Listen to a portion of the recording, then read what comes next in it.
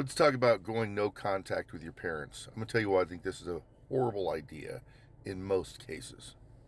First, I'm speaking from a place of compassion for people that have been abused by their parents. I lived a rough life. I was in a foster home by the time I was 13. I know all about physical and mental abuse when you're a child.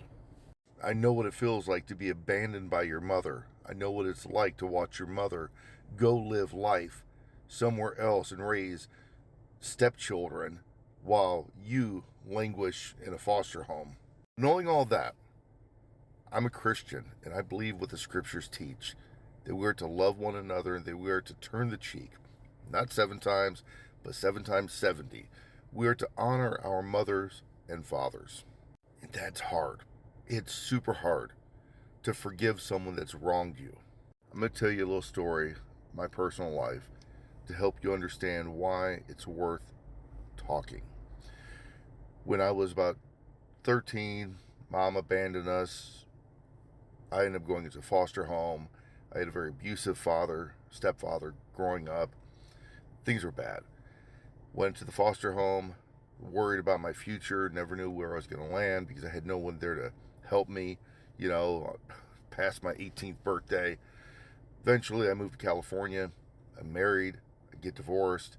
I find myself 23 with nowhere to go.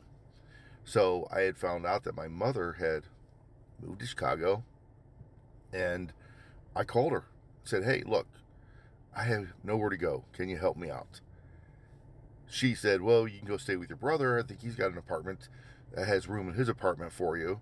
So it worked out that I moved to Illinois, and my brother was gracious enough to let me stay with him for a few months until I got an apartment in the same complex of my own.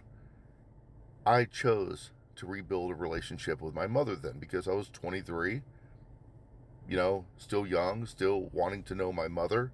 I had not had her for 10 years of my life, and we went on to form a very good relationship until she passed about 10 years ago. She never apologized for what she allowed us to go through. She always seemed to look at life with rose-colored glasses as though things were never that bad, but I knew she knew. She just didn't want to admit it. I decided to give her grace and mercy. I decided not to hold her feet to the fire. What was done was done. I was going to move on with my life. And in my mind, it was better to have my mother in my life in whatever capacity than to not have her. And it worked out well. I mean, she wasn't abusive from the time I was 23 on in my life. She knew she wasn't going to be able to control me and she wasn't domineering and such, and that did make things easier. But most of my in-laws and people I knew, they would tell me, "I can't believe you even forgive your mom. Why do you even, they wanted me to go no contact." Everyone else thought I was the fool for showing grace and mercy to my mother. Sure, there are a lot of unanswered questions. Why does she allow me to be hurt, my sister, my brothers to be hurt?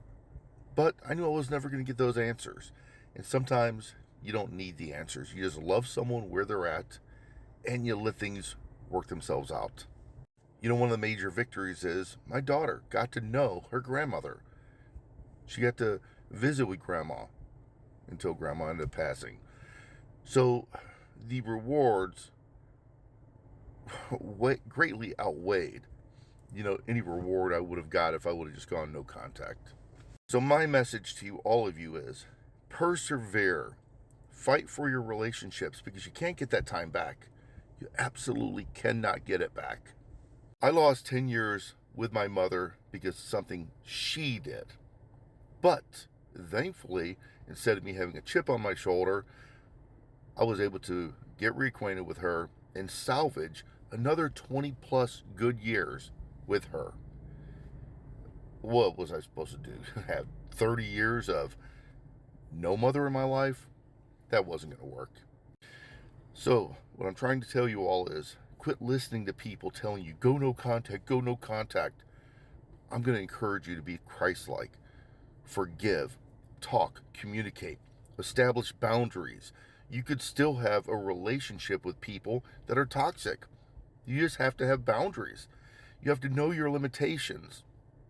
But at least do the work. Going no contact is truly the lazy person's way out. Don't do it. Try with all of your might. Honor your mother and father. God bless you with this message.